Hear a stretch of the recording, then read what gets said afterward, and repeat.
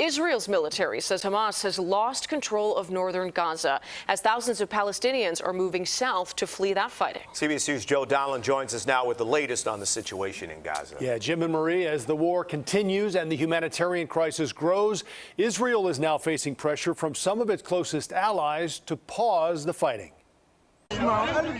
Emergency workers in Gaza rushed the injured to hospitals Wednesday as Israel's military continued its bombardment of what it says are Hamas targets in the densely populated territory. Doctors say they desperately need more medical supplies as they struggle to treat large numbers of Palestinian civilians. We're really running out of things now, dressings, particularly for the burns. Israel Defense Forces released what they said was footage taken inside Hamas tunnels. Israeli troops are pushing further into Gaza City in an effort to dismantle the terror group and to retrieve more than 240 hostages. U.S. Secretary of State Antony Blinken and top diplomats from the G7 wealthy nations announced a unified stance on the Israel-Hamas war Wednesday. They condemned Hamas and announced their support for Israel's right to self-defense. They also called for a humanitarian pause to aid desperate civilians in the Gaza Strip, but they did not press for a full ceasefire.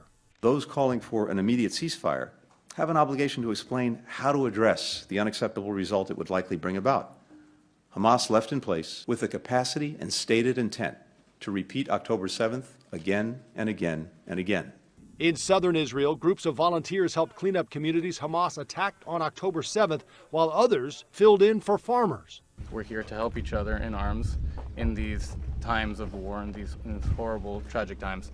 Their hope is that survivors of the attacks will be able to come back to their homes one day.